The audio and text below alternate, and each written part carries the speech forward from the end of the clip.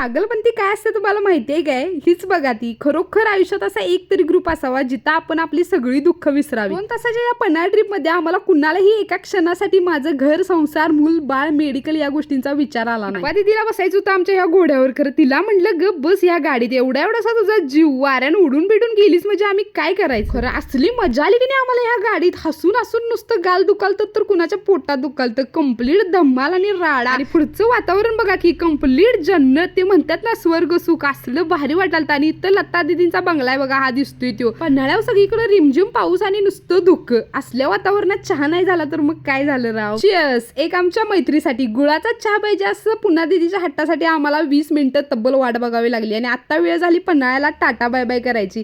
कुणाचंही मन नव्हतं bye bye करायची, खरं काय करणार, जबाबदारीसाठी परत जायच लागते. जे आम्हाला पूर्ण पन्हाळा दिसलं नाही ते इथं दिसलं म्हणून थांबलोय. आणि व्हिडिओ मध्ये काहीतरी चाललंय, कुणी कुणी नोटीस केले कमेंट करा.